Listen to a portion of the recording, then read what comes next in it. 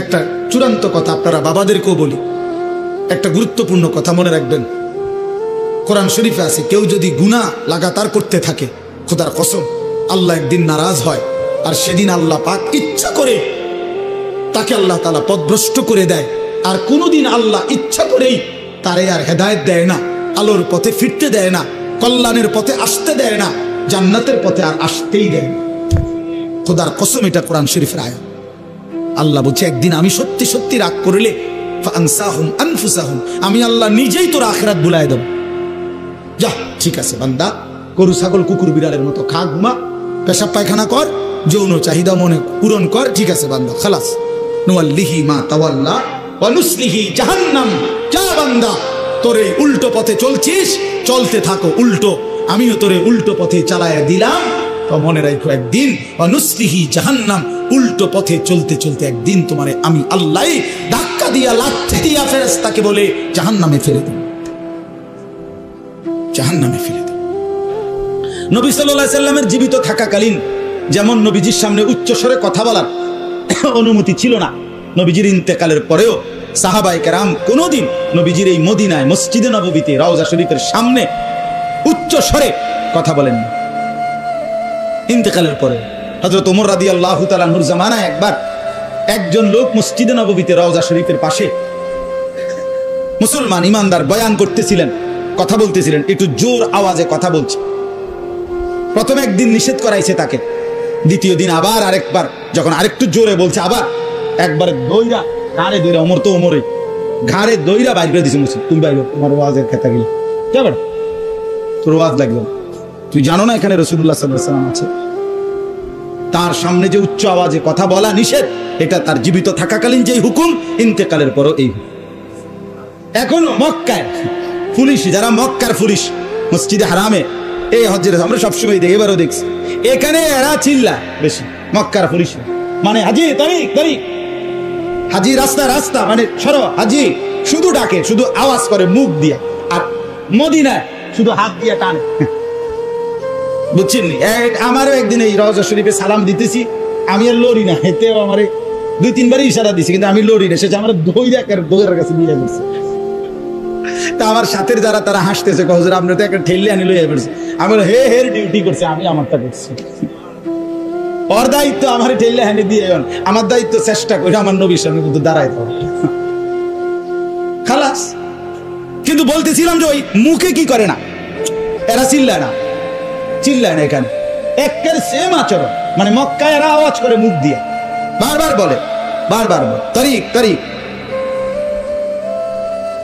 তাহলে বললাম, রাসূলুল্লাহ সাল্লাল্লাহু আলাইহি ওয়াসাল্লামের ইজ্জত, আজমত, সম্মান জীবিত থাকাকালীন যেমন এখনো কি, কথা বলেন না? তো আল্লাহ বলেন, বন্ধু জীবনভর গুনার নাফরমানি করে জাউকা, যারা আপনার সামনে আসলো, চাই জীবিত থাকাকালীন, চাই কি এখন ইন্তেকালের পরে রওজা শরীফে ওইখানে আপনার সামনে এসে দাঁড়ালো, দাঁড়াইয়া কি করলো? ফাস্তাগফিরুল্লাহ, আল্লাহ তাআলার নিকট, আমি আল্লাহর নিকট তাদের গুনাহের জন্য ইস্তিগফার, ক্ষমা প্রার্থনা করলাম। ওয়াস্তাগফারা লাহুমুর রাসূল, আর আপনি রাসূলও তাদের জন্য আমি আল্লাহর কাছে মাফ চাইলেন, আপনিও কইলেন যে আল্লাহ দেন, মাফ করে দেন।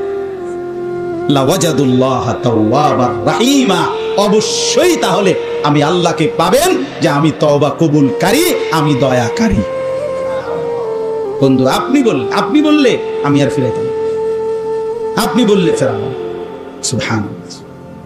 এজন্য রাসূলুল্লাহ সাল্লাল্লাহু আলাইহি ওয়াসাল্লামের রওজা মুবারক জিয়ারতের সবচেয়ে বড় একটা লাভবান বিষয় হলো যে এর দ্বারা আমি যদি নবীর কাছে সুপারিশ কামনা করি, আমি যদি তার কাছে দাঁড়িয়ে বলতে পারি চোখের পানি ফেলে, হে আল্লাহর রাসূল সাল্লাল্লাহু আলাইহি ওয়াসাল্লাম, আমার আল্লাহর কাছে আমি মাফ চাইতেছি, আপনি গুদুর কম, আপনি বলেন, আর আল্লাহ তাআলার কাছে নবী যদি বলে, তো আল্লাহ তাআলা ওই বান্দার, ওই মুমিনের সমস্ত জিন্দেগি গুনাহ মাফ করে।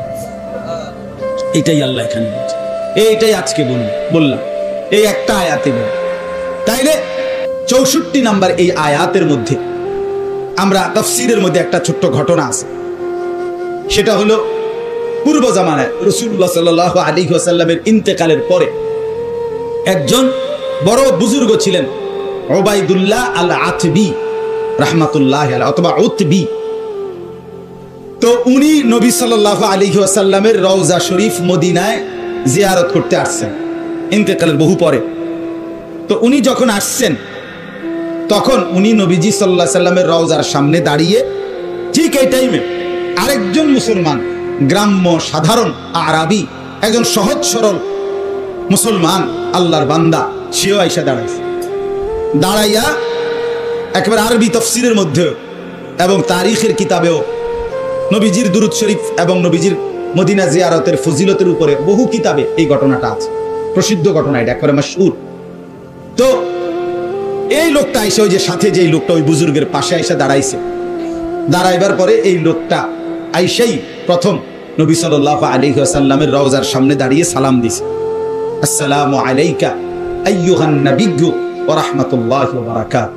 নবীজির রওজা পাকে প্রথম সালামের সর্বোত্তম পদ্ধতি হলো ওই কোরআনে আরে আল্লাহ তাআলা আত-তাহিয়াতুর মধ্যে যেটা শিখাইছে, এটা প্রথমে এটা বলা, আসসালামু আলাইকা আইয়ুহান নাবিয়্যু ওয়া রাহমাতুল্লাহি ওয়া বারাকাতুহু। এটা আপনারা জানেন না কোথায় আছে? কোথায়? তাশাহুদের মধ্যে আছে কিনা? এইটা প্রথম বলতে হয় দাঁড়িয়ে। এরপরে আসসালাতু ওয়াসসালামু আলাইকা ইয়া রাসূলুল্লাহ, এগুলা যতটি বলতে পারে যে যদ্দুর সময় পায়, ইয়া হাবিবাল্লাহ, ইয়া শফিআল মুজনিবিন, ইয়া রাহমাতাল লিল আলামিন, ইয়া সাইয়্যিদাল মুরসালিন, আসসালাতু ওয়াসসালামু আলাইকা ইয়া ইমামাল মুত্তাকিন, যা কইতে পারে। এরপর তো লোকটা প্রথম কি দিলেন? সালাম দিলেন। সালাম দিয়ে বললেন, সামি'তুল্লাহ ইয়াকুলু, হে আল্লাহর রাসূল, আমি শুনছি, আমি পড়ছি কোরআনের এই আয়াত এটা পড়ছি, ওয়ালাউ আন্নাহুম ইয যালামু আনফুসাহুম জাউকা ফাস্তাগফিরুল্লাহ ওয়াস্তাগফারা লাহুমুর রাসূলু লাওয়াজাদুল্লাহা তাওয়াবার রাহিমা। এই সূরা নিসার 64 নম্বর আয়াত পড়ছিল। পড়ে বললেন, এখানে আল্লাহ বলছে, হে নবী, আপনাকে সামনে রাইখা গুনাহ মাফ চাইতে আর আপনার কাছে সুপারিশ চাইতে, আপনিও যেন কদ্দুর সুপারিশ করেন। তা আমি এই আয়াত পড়ে এই লোকটা বললেন যে জিতুকা মুস্তাগফিরান লিদুনুবি, আমি আমার গুনাহ মাফ পাওয়ার জন্য আপনার সামনে আসছি, ওয়া মুস্তাশফিআন বিকা ইলা রাব্বি, আপনার মাধ্যমে আমার রবের কাছে, আপনার কাছ থেকে একটু সুপারিশ চাচ্ছি, আপনি কদ্দুর সুপারিশ করেন, আমিও মাফ চাইতেছি ইয়া রাসূলুল্লাহ, আপনি আমার লাগি কদ্দুর কইয়েন। এই কথা বলে লোকটা ইস্তিগফার করে নবীজির জন্য এবার চারটা শের, 4টা লাইন কবিতা নবীজির ভালোবাসায় পড়ছে। ইয়া খায়রা মান দুফিনাত বিল কা'i আ'যামুহু ফাতাবা মিন তিবিহিন্নাল কা'উ ওয়াল আকাম নাফসিল ফিদাউ লিকবরিন আনতা সাকিনুহু ফীহিল আফাফু ওয়া ফীহিল জুদু ওয়াল কারাম। এই শের, এটা নবীজির মহব্বতে, নবীজির ভালোবাসায় সে এই কবিতার 4টা লাইন পড়ছে, পয়রা দোয়া করে চলে গেছে। ওই কিছুক্ষণ পরে এই বুজুর্গ জিয়ারত শেষ করে উনি যখন একটা জায়গায় বসছে, উনার তন্দ্রা চলে আসছে, চোখ বন্ধ হয়েছে। এই বুজুর্গ উতবি অথবা আতাবি, ওবায়দুল্লাহ আল আতবি, তে ইনি চোখ বন্ধ করে ঘুম চলে আসছে উনার। উনি স্বপ্নে সরাসরি রাসূলুল্লাহ সাল্লাল্লাহু আলাইহি সাল্লামকে দেখছে। নবীজি উনাকে বলছেন, আল হিক, তুমি এক্ষুন গিয়া ওই লোকটার কাছে যে একটু আগে আমারে কি করে গেল, সালাম দিয়ে গেল, এই বেদুইন, তার লগে দেখা করো, তারে সাক্ষাৎ করে বলো যে আমি আল্লাহর কাছে তার জন্য মাগফিরাতের সুপারিশ করেছি এবং আমার আল্লাহ তাকে পুরাপুরি মাফ করে দিয়েছে। তিনি শুনাইছেন এবং ওই লোকটাকে ওই সুসংবাদ দিয়েছেন। এবং সবচেয়ে মজার কথা হলো, আজকে শত শত বছর থেকে এই 4 লাইনের এই সাধারণ এই মুসলমান ভালোবাসার টানে যে শেরটা পড়ছে নবীর ভালোবাসায় কবিতাটা, ওই যে 4টা লাইন এখনো আজকেও, মানে আমরা আসতো, আমি দেখাইছি বারবার আমার হাজী সাহেবদেরকে, এই নবীজি সাল্লাল্লাহু আলাইহি সাল্লামের রওজা মুবারক যেখানে দাঁড়াইয়া নবীজিকে সালাম দিতে হয়, মদিনা মসজিদে নববীতে যেখানে দাঁড়িয়ে সালাম দেয়, এখানে যে 2টা খুঁটি আছে, মাঝখানের যে 2 খুঁটিতে স্বর্ণের অক্ষরে, স্বর্ণের প্রলেপ দিয়ে লেখা এই 4 লাইনের শের, এটা মাঝখান বরাবর এখনো আছে, আজও আছে। ওই বেড়ার, এটা ওই বেদুইন, এই সাধারণ ওই মুসলমান, কিন্তু মহব্বত ছিল কি অসাধারণ। পৃথিবীর সর্বাধুনিক মজবুতি প্রযুক্তি দিয়েও যদি আপনি সোফা বানান, খাট বানান, কি লাভ হবে যদি স্ত্রী সন্তান নাফরমান হয়? হ্যাঁ, যদি ছেলে মেয়ে বেনামাজি হয়, মেয়েটা যদি বেপর্দা হয়, স্ত্রী যদি বেপর্দা হয়, কি ফায়দা? অর্জন কি? জিন্দেগির অর্জন কি? এই জন্য আমি অনুরোধ করছি আপনাদের কাছে, দয়া করে ফিকির করেন, ফিকির করেন। ছেলেরা বাপ, নষ্ট হইও না বাপ। যদি অব্যাহত গুনাহ পাপ, একটা শেষ, এই প্রসঙ্গটা শেষ করতে চাই। একটা চূড়ান্ত কথা আপনারা বাবাদেরকেও বলি, একটা গুরুত্বপূর্ণ কথা মনে রাখবেন। কোরআন শরীফে আছে, কেউ যদি গুনাহ লাগাতার করতে থাকে, খোদার কসম আল্লাহ একদিন নারাজ হয়, আর সেদিন আল্লাহ পাক ইচ্ছা করে তাকে আল্লাহ তাআলা পথভ্রষ্ট করে দেয়। আর কোনোদিন আল্লাহ ইচ্ছা করেই তারে আর হেদায়েত দেয় না, আলোর পথে ফিরতে দেয় না, কল্যাণের পথে আসতে দেয় না, জান্নাতের পথে আর আসতেই দেয় না। খোদার কসম, এটা কোরআন শরীফের আয়াত। আল্লাহ বলছে, একদিন আমি সত্যি সত্যি রাগ করলে ফাআনসাহুম আনফুসাহুম, আমি আল্লাহ নিজেই তোর আখিরাত ভুলায় দেব। যা, ঠিক আছে বান্দা, গরু ছাগল কুকুর বিড়ালের মতো খা, ঘুমা, পেশাব পায়খানা কর, যৌন চাহিদা মনে পূরণ কর, ঠিক আছে বান্দা, খালাস। নুয়াল্লিহি মা তাওয়াল্লা ওয়া নুসলিহি জাহান্নাম। যা বান্দা, তোর এই উল্টো পথে চলছিস, চলতে থাকো উল্টো, আমিও তোরে উল্টো পথে চালায় দিলাম। তো মনে রাখো, একদিন ওয়া নুসলিহি জাহান্নাম, উল্টো পথে চলতে চলতে একদিন তোমারে আমি আল্লাহ ধাক্কা দিয়া, লাথি দিয়া ফেরেশতাকে বলে জাহান্নামে ফেলে দেব, জাহান্নামে ফেলে দেব। হ্যাঁ, কোরআন শরীফে আছে, আল্লাহ বলবে হাসরের ময়দানে ফেরেশতাদেরকে, ফেরেশতারা আমার নাফরমান বান্দাদেরকে খুজুহু ফাগুল্লু, ওদেরকে ধর, এই ফেরেশতা ধরো, আর ফাগুল্লুহু, বেঈমান বান্দাগুলো, নাফরমানগুলোরে বাঁধো, টাইট করে বাঁধো। বাঁধার পরে বলবে সুম্মাল জাহিমা সাল্লু, এবার জাহান্নামের মধ্যে ছুঁড়ে মারো।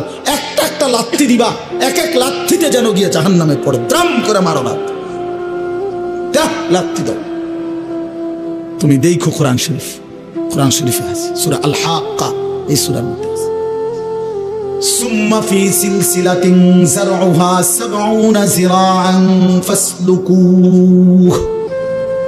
ফেরেশতা যখন নাফরমানকে হাসরের ময়দানে বেঁধে জাহান্নামে লাথি দিয়া মেরে ফেলে দিবে, আল্লাহ তখন আবার বলবে জাহান্নামের ভিতরে ফেরেশতাদেরকে, আল্লাহ পুনরায় বলবে ফেরেশতারা আমার এই নাফরমান বান্দাকে জাহান্নামের ভিতরে ৭০ হাত লম্বা আগুনের শিকল দিয়া এবার আবার বাঁধো, আবার বাইদা ফাসলুকুহু, কুকুরের মতো, কুত্তার মতো পুরা জাহান্নামে তারে ঘুরাও, আর সবার সাথে পরিচয় করিয়ে দাও তার নাফরমানি পাপগুলো কি কি।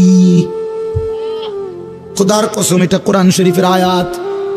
ফেরেশতা বলবে জাহান্নামী বাকিদেরকে, জাহান্নামীরা দেখো, এটা সেই বেঈমান যে জীবনভর চুরি করেছে, জিনা করেছে, মদ খেয়েছে, জুয়া খেলেছে, নারী ছাড়া, ছবি ছাড়া, জিনা ছাড়া, উলঙ্গ দৃশ্য ছাড়া, অসভ্যতা ছাড়া যার রাত কাটে নাই, এটা সেই জানোয়ার। আল্লাহ বলবে, বেটা আল্লাহ বলবে কুত্তার মতো তারে জাহান্নামে ঘুরাও, আর সবাইরে দেখাও, সবার সাথে পরিচয় করিয়ে দাও, তার পাপের কথা বলে দাও।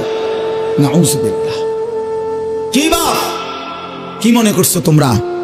খামখেয়ালি না, খামখেয়ালি। কি মনে করছো দোস্ত? জীবন মানে এখানেই শেষ? ইনহিয়া ইল্লা হায়াতুনাদ দুনিয়া। আল্লাহ কোরআনে বলছে, কাফের বেঈমানদের বক্তব্য হলো জীবন মানে শুধুই দুনিয়া, নামুতু ওয়া নাহইয়া, এখানেই মৃত্যু, এখানেই জীবন, ওমা নাহনু বিমাবউসিন। আল্লাহ বলে, আরে কাফেররা বলে আর কোনোদিন কোথাও উঠতে হবে না, হাসরের ময়দান হবে না, এটা তো কাফেরের কথা, বেঈমানের কথা। মুসলমান তো এই কথা ভাবতে পারে না, ভুলতে পারে না। ইমানদার না আমরা? তুমি না ভাইয়া মুসলমান, তো তুমি এক ওয়াক্ত নামাজ পড়ো না কেমনে বাপ? আল্লাহকে এমন ভোলা কেমনে ভুললা? আখিরাত এমন ভুলা কেমনে ভুলে গেলা? যে বোন আজকে মা, যেই বিবি আজকে ২০ বছর ধরে বেপর্দা, ওই বেপর্দা অসভ্য নারী, ওরে জিজ্ঞাসা করেন, তুমি না মুসলিম নারী মা? ওই বোন, তুমি না মুসলমান বোন, তুমি আল্লাহকে এভাবে ভুলে গেলা কেন? মুসলমানের জন্য বেপর্দা হওয়া না হারাম? কথা বলেন না কেন? তো তুমি ভুলে গেলা কেন? কেমনে ভুলে গেলা?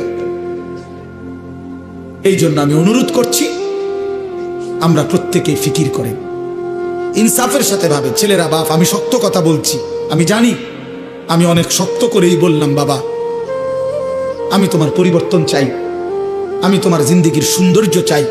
কিশোর নওজোয়ান, তোমরা যদি চরিত্রহীন হও, তোমরা যদি নারীর আসক্ত হও, মদ জুয়ার আসক্ত হও, তোমরাই যদি এক ওয়াক্ত নামাজ পড়তে মন না চায়, প্রিয় নওজোয়ান, আগামীর ইসলামের জন্য লড়বে কে? বলো বাপ, কালেমার জন্য লড়বে কে? ইসলামের জন্য জীবন বাজি রাখবে কে? তাইলে আমার নবী সাল্লাল্লাহু আলাইহি সাল্লামের সেই দাঁত ভাঙ্গা ইসলাম, তায়েফের রক্ত মাখা ইসলাম আমরাই আমাদের হাতে ফেলে দিলাম, আমরাই ছুড়ে দিলাম। আমাদের নবীকে আমরা বলে দিলাম, আপনার তায়েফের রক্ত আমরা ভুলে গেছি, আপনার উহুদের দান দান শহীদ করা রক্ত আমরা ভুলে গেছি, আপনার সেই পেটে পাথর বাঁধা ক্ষুধার কষ্ট আমরা ভুলে গেছি। আমরা আপনাকে চাই না, আমরা ইহুদি খ্রিস্টান বেঈমান ফুটবল ক্রিকেটের খেলোয়াড় কিংবা মোবাইলের কোনো নারী নর্তকী, তাকে নিয়েই আমরা পড়ে আছি।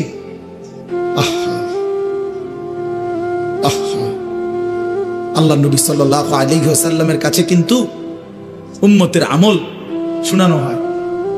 মদিনার রওজা পাকে নবী সাল্লাল্লাহু আলাইহি ওয়াসাল্লাম তো হায়াতুন নবী, তিনি তো জীবিত, জানেন না এটা? কথা বলেন না কেন? তিনি তো কি হায়াতুন নবী, তিনি তো জীবিত, সেখানে সশরীরে জীবিত, সশরীরে জীবিত।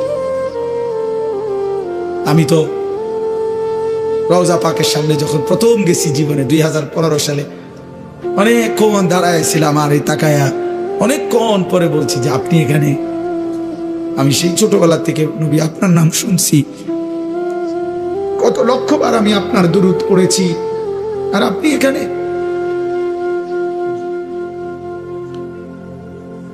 তো আল্লাহ নবী সাল্লাল্লাহু আলাইহি সাল্লামের কাছে উম্মতের আমলনামা শোনানো হয়, ফেরেশতারা শোনায়। আপনার উম্মতের আনিস আজ 1 সপ্তাহ যাবত এই করেছে।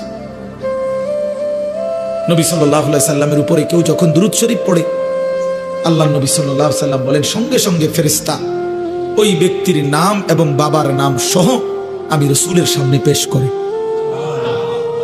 বিইসমিহি ওয়া বিইসমি আবিহি, ওই ব্যক্তির নামও বলে, তার বাবার নামও বলে, নবী সাল্লাল্লাহু আলাইহি সাল্লামের সামনে শোনানো হয়। তো আচ্ছা, মনে করেন আমার এই বন্ধু, ওনার নাম হলো হাফেজ মাওলানা আবু হানিফ ভাই। এখন কেউ মনে করেন আমার কাছে ওনার নাম খুব বলে আয়সা আয়সা, তো কোনো একদিন যদি 6 মাস পরেও 6 বছর পরেও উনি যদি আমার সামনে আয়সা বলে যে হুজুর আমার নাম আবু হানিফ, তখন আমি কি বলবো? আরে আপনি না, আপনার কথা আমি কত শুনছি, অনেকেই আপনার কথা বলে, বারবার বলছে।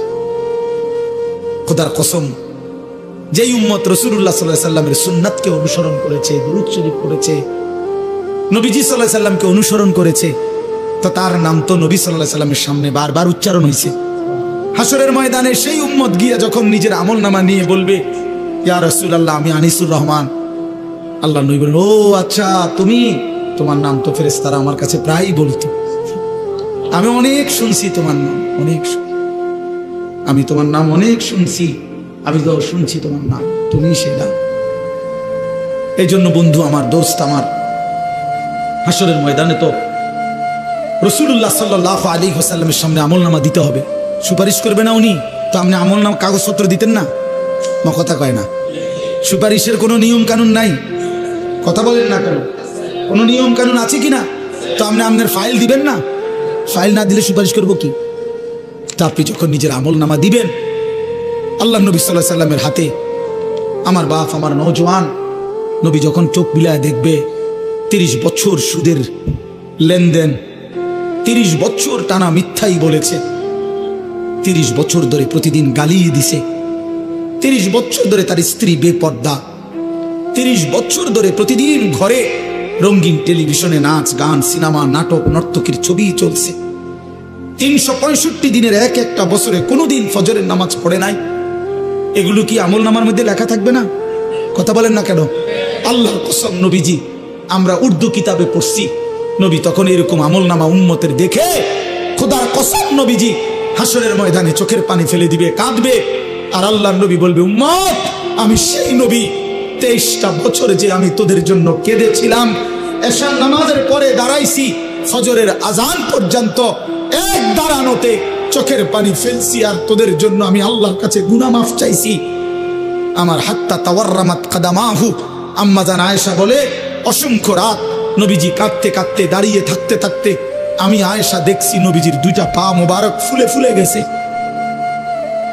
আমি এত কাঁদলাম তাইলে উম্মত কার জন্য?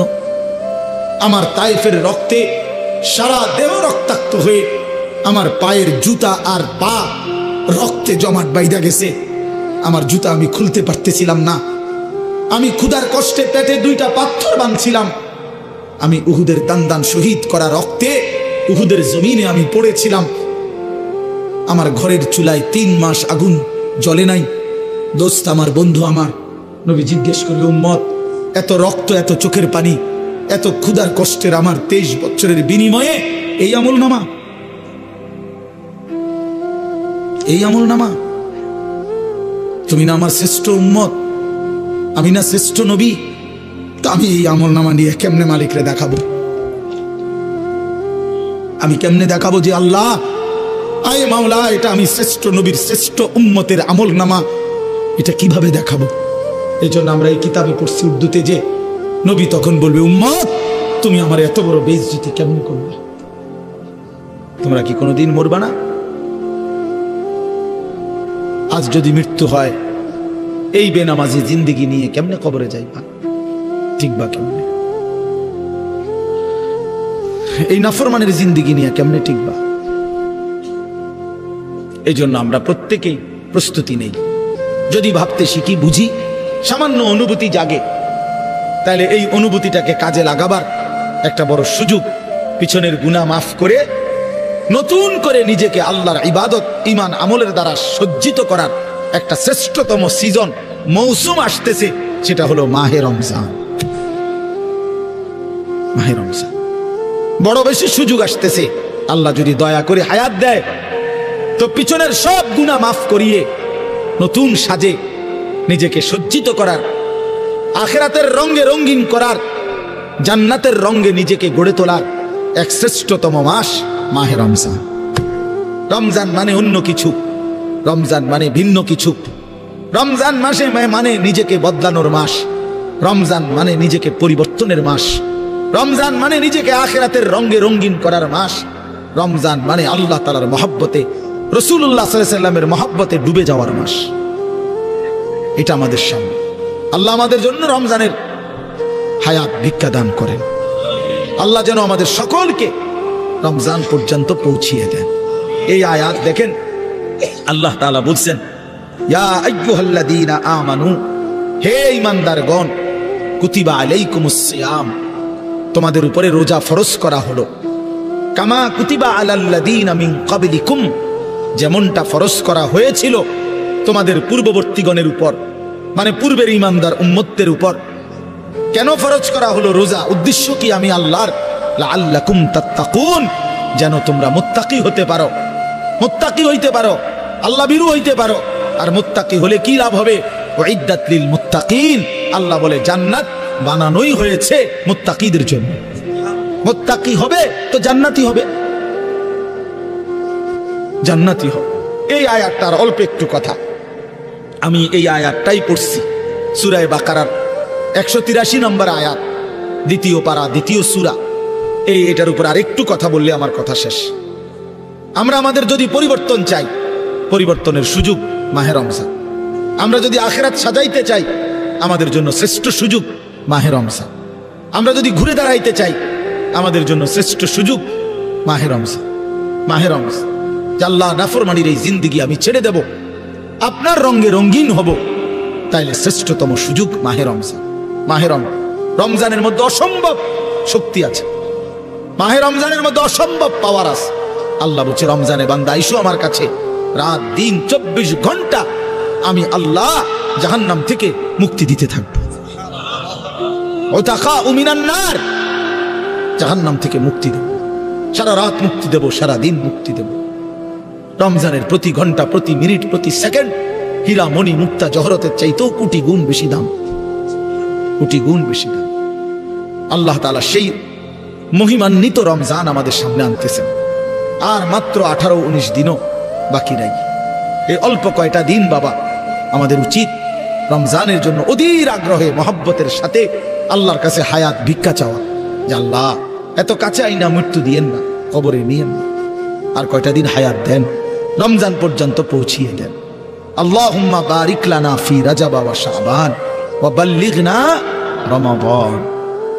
আল্লাহ তাআলা বলেন ইয়া আইয়ুহাল্লাযীনা আমানু। দেখেন এই একটি আয়াতে আল্লাহ চারটা কথা বলছে।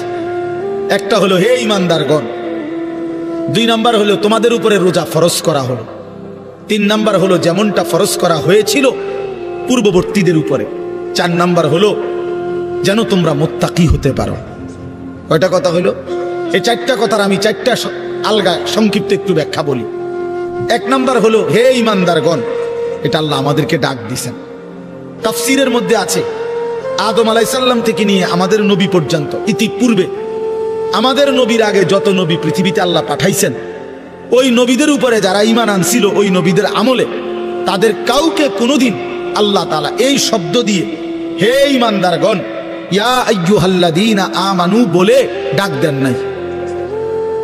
আগে সর্বপ্রথম আমাদের নবী, আখিরি নবী, আল্লাহর বন্ধু, আমাদের নবীর ভালোবাসায় আল্লাহ তাআলা বলছে বন্ধু, বিগত কোন নবীর ঈমানদার উম্মতকে আমি যেই শব্দে ডাকি নাই, এই প্রথম আপনার ভালোবাসায় আপনার ঈমানদার উম্মতকে আমি ইয়া আইয়ুহাল্লাযীনা আমানু এই নতুন শব্দে ডাক দিলাম। হে ঈমানদারগণ, হে ঈমানদার তোমরা আমার। তাফসীর ইবনে কাসিরের মধ্যে আছে যে ঈমানদার সে আল্লাহর বন্ধু, যে মুমিন সে কার বন্ধু? আল্লাহর বন্ধু। আল্লাহর বন্ধু, মুমিনের বন্ধু আল্লাহ, আল্লাহর বন্ধু মুমিন, আল্লাহর বন্ধু মুমিন। এই জন্য তাফসীরে লিখছে হে ঈমানদারগণ, এই কথার আরেকটা তর্জমা এটা, হে আমার বন্ধুগণ। আল্লাহ যেন ডাক দিয়া বলছে হে আমার বন্ধুগণ, তোমরা আমার বন্ধু, তোমরা আমার। আমি বানাইছি বহু জনেরে, তোমরা বানাইছি আমার জন্য, আমার জন্য। তোমরা আমার, তোমরা আমারে মেনে নিয়েছ, তোমরা আমার কালেমা পড়েছ, তোমরা আমার রাসূলকে মেনে নিয়েছ, অতএব তোমরা আমার। তোমাদের কালেমা লা ইলাহা ইল্লাল্লাহ মুহাম্মাদুর রাসূলুল্লাহ এটা আমি গ্রহণ করলাম, গ্রহণ করে আমি নিলাম, এই জন্যই আমি তোমাদেরকে ডাক দিলাম। তুমি বলছো আমি এনে ভর্তি হম, ওই যে আমারে মোহাম্মদে বলছে তার ছোট ভাই হাফেজ মুশাররফ কয় আমার আজকে বললো যে হুজুর ভর্তি করামু আপনার মাদ্রাসায়, তো কি কোন সময় আমু, ফরম নিয়ম কানুন কি? আমি এত কথা তোমার দরকার কি, হয়তো ভর্তি হইব সারছে তো আর কি। তার মানে আমি বলতে চাইছি তারে কি বুঝাইলাম, তোমার এত নিয়ম কানুনের দরকার কি, আমি তারে নিলাম, খালাস আমি ভর্তি নিলাম। তাইলে অর্থ হইল আল্লাহ তাআলা বলছেন বান্দা তোমার কালেমা আমি নিলাম, তোমার ঈমান আমি নিলাম, এই জন্য আমি তোমারে মুমিন বলে ডাক দিলাম। আল্লাহ কাউকে নিজের করে ডাক দেওয়া, খোদার কসম এটা তার জীবনের সবচেয়ে বড় পাওয়া। যদি দিল থাকতো তাইলে আমরা বুঝতাম। এক এমপি সাহেব যদি কারো নাম নেয়, এক মন্ত্রী সাহেব কারো নাম নেয়, আর তারে যদি কেউ আইয়া কয় আজকে তো মন্ত্রী সাহেবের কাছে গেছিলাম আর উনি তোমার নাম নিছে, তোমার কথা ভালো কইছে, বাবা হেতে বেটা তো মানে ঠ্যাঙ্গালগি দিয়ে টেলে, হ্যাঁ ভাই তাইয়া ঘরে বেড়ে কথাবার্তা সাবধান কও, আগের মতো নাই, যেরম মনে করছে এরম না। কি কিছে মন্ত্রী সাহেব আজকে আমার নাম রয়েছে জিঙ্গাও, মানে সে এটাকে খুব গৌরবের মনে করবে, ঠিকই না বলেন না কেন? সবার কাছে ঘুরে ঘুরে বলার চেষ্টা করবে আমি কিন্তু মন্ত্রীর পরিচিত। হাদিসের মধ্যে আছে এক সাহাবী উবাই ইবনে কাব রাদিয়াল্লাহু তাআলা আনহু, সাহাবীদের মধ্যে নবীজির সবচেয়ে সুন্দর কোরআন শরীফ পড়তেন যিনি, ওনার নাম হলো উবাই ইবনে কাব। তো এই উনি নবীজি একদিন উনাকে বলছেন এই সাহাবীকে যে উবাই এদিকে আসো, তুমি আমারে কোরআন শরীফ পড়ে শোনাও, বুঝছেন? তখন ওই সাহাবী একটু লজ্জিত হয়ে বলতেছি ইয়া রাসূলুল্লাহ আমি আপনার সামনে কোরআন পড়বো, অথচ কোরআন তো আমরা আপনার থেকেই শুনি, কোরআন আপনার উপরেই নাজিল হয়, আমি কোন সাহসে আপনার সামনে কোরআন পড়ি?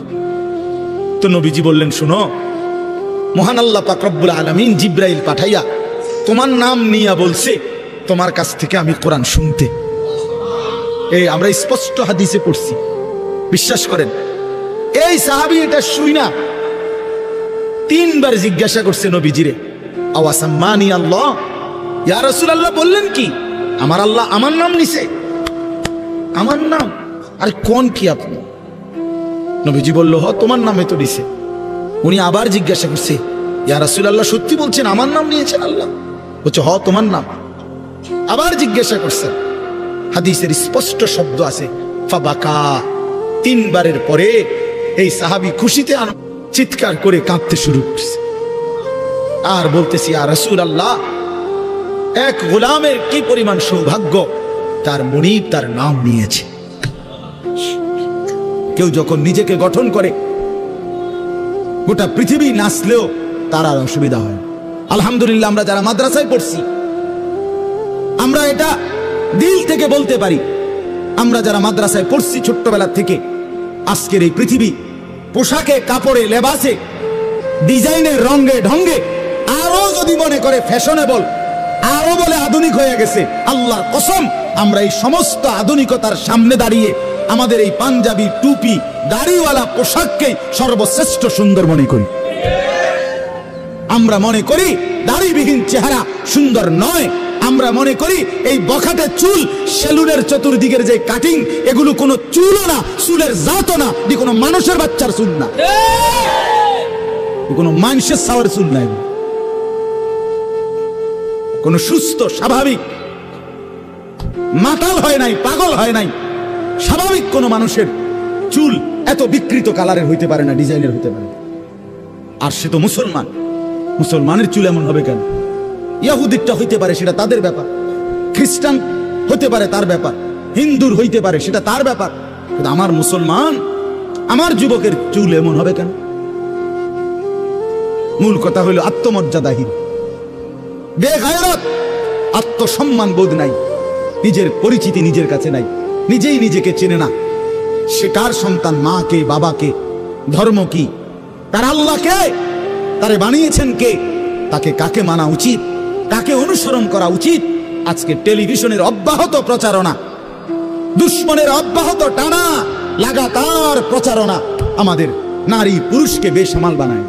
সবাই মিলে পাগল যে কাফেরের মতো সাজো, দুশ্মনের মতো সাজো, ইহুদির রঙই রং, খ্রিস্টানের সাজে সাজ, কাফের বেঈমান নাস্তিক মুরতাদ তাদের রং ঢং, তাদের চুল, তাদের লেবাস, তাদের জামা, তাদের শাড়ি, তাদের গহনা, তাদের প্যান্ট, তাদের লেবাস, তাদের পোশাক, এটাই সৌন্দর্য, এটাই আকর্ষণীয়। এটা হলো মূলত রুচিহীনতা, বিকৃত মানসিকতা, আত্মসম্মান বোধ, আত্মপরিচয়হীন ব্যক্তির পরিচয়। নিজেকে চিনে না, যে জানে না আমি চিনি আলহামদুলিল্লাহ, আমার আল্লাহ আছে, আমার একজন রসুল আছে, আমার একটা কিতাব আছে, আমার একটা ধর্ম আছে, আমি কেন অন্যের পোশাক পরব, আমি কেন অন্যের রঙে সাজবো? আমি কি ফকির? কথা বলেন না কেন? আমি ফকির নাকি বেটা? আমি তোরটা মতো মানবো কেন? আমার আল্লাহ আছে না, আমার রসুল আছে না, আমার লক্ষ চাইতে বেশি সাহাবী আছে না, আমার আউলিয়ায়ে কেরাম আছে না, ওলামায়ে কেরাম আছে না। তাইলে এজন্য দয়া করে প্রত্যেকে ফিকির করে, আত্ম উপলব্ধি বড় নিয়ামত, বড় নিয়ামত। নিজেকে চিনা, নিজের বুঝ বুঝা, দুনিয়ার ব্যাপারে বুঝেন, আরো দেখেন, আরো ভাবেন, একজন একজন করে ভাবেন। দুনিয়া আরো যদি সাজান, খোদার কসম ক্ষণিকের ক্ষণিকের ক্ষণিকের অল্প সময়ের দুনিয়া চমৎকার সাজাইয়াও তৃপ্ত হইতে পারবেন না, তৃপ্ত হইতে পারেন। এবছর চমৎকার রং দিছেন বিল্ডিং এ, 2 বছরের মাথাত বিভিন্ন খান দিয়া সামরা উঠিয়া এটা আবার যে এসে, ঠিক কিনা বলেন? আবার রং দাও। এই সোফা চমৎকার বানাইছিল, ওই যে বার্নিশ নাই, দেখেন এই যে সোফা, এটা এই যে দেখেন, কথা বলেন না, এই সোফা এটার মধ্যে আসেনি বার্নিশ, তো এটা আবার কি করতে হইব? তো লাভ হইল কই? দুনিয়া তো ধোকা, দুনিয়া ধোকা। এই সৌন্দর্যময় চেহারা নারী 30 বছরের ব্যবধানে উনি বুড়ি, আর কেউ ফিরা এদিকে ফিরা সেফ হালায় না। আজ যেই যুবতী, যেই বেহায়া নারী, বেপর্দা মহিলা বাজারে বাজারে ঘুরতো, যৌবন আরে সেটা তার সম্পদ না, তারটা হইলে তো নিজের হইলে তো সে কখনোই বুড়া হইতো না। আল্লাহ তাআলা বলছে আমি যখন যৌবন শেষ করে দিলাম তো এখন আর কোন পুরুষ তার দিকে ফিররা থুতুও বাড়ায় না,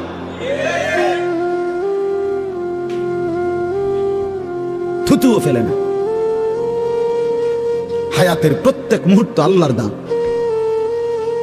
দুনিয়া অল্প ক্ষণিকের, দুনিয়ার প্রত্যেকটা অবস্থা পরিবর্তনশীল। এই যে বৃষ্টি হচ্ছিল এখন নাই, আবার একটু পরে হইতে পারে। এই যে অন্ধকারে ঢাকা এটা স্থায়ী না, একটু পরে আবার সকাল হবে। এই যে চমৎকার আলো এটা স্থায়ী না, একটু পরে আবার সন্ধ্যা হবে। এই তো হাসতেছে লোকটা, কিছুক্ষণ পরে আবার কাঁদবে।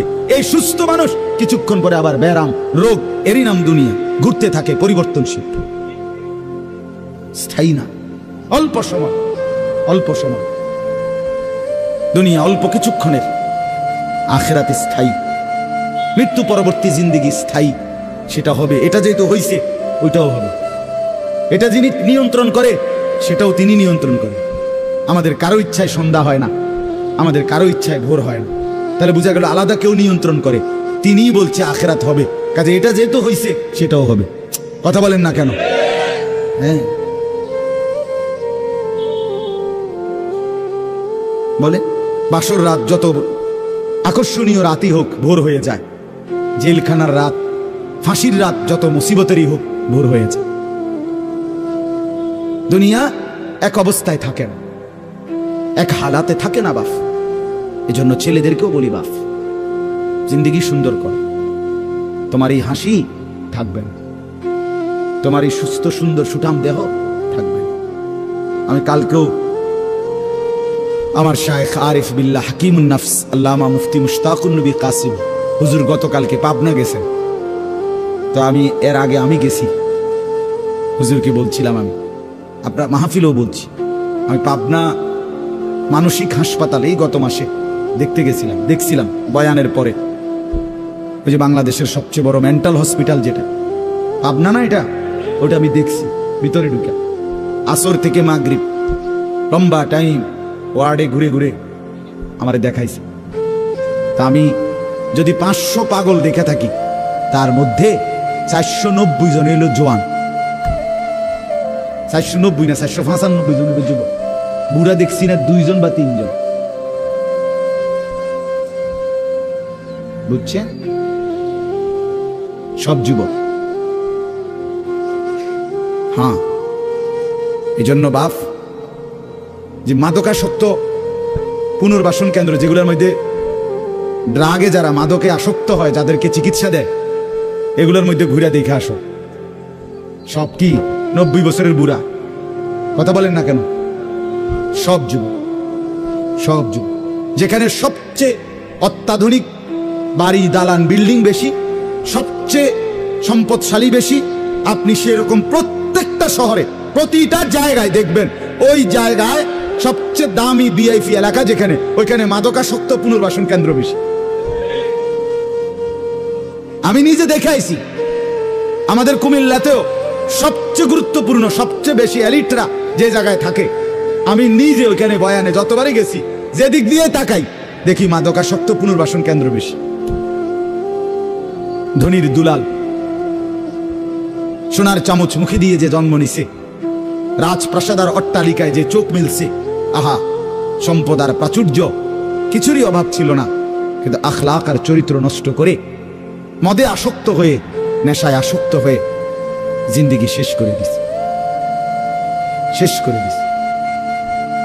রাসূলুল্লাহ সাল্লাল্লাহু আলাইহি সাল্লাম বলছেন, মান শারিবাল খামর, যে মদ খায়, নেশা করে, তার 1 নাম্বার লানত হইল তারাকাস সালাহ, সে নামাজ ছেড়ে দেয়। 2 নাম্বার লানত জঘন্য, নবীজি বলছে, আহা, বলতেও লজ্জা, নবীজি বলছে মাদকাসক্ত যে, তার পরিণতি হলো সে খুব দ্রুত গতিতে, অচিরেই, অল্প সময়ের ভিতরেই সে সবচেয়ে ঘনিষ্ঠ আপনজন, তাদের সাথে আপনজন নারী, তাদের সাথে জিনা আর ব্যভিচার করতে উদ্যত হয়। সে আপনজনের গায়ে ছোবল দেয়। হ্যাঁ, এজন্য জিন্দেগি গঠন করা, দুনিয়া নিয়া খুব বেশি মাতামাতি চলতেছে, খুব বেশি দুনিয়া সাজাইতেছে সবাই।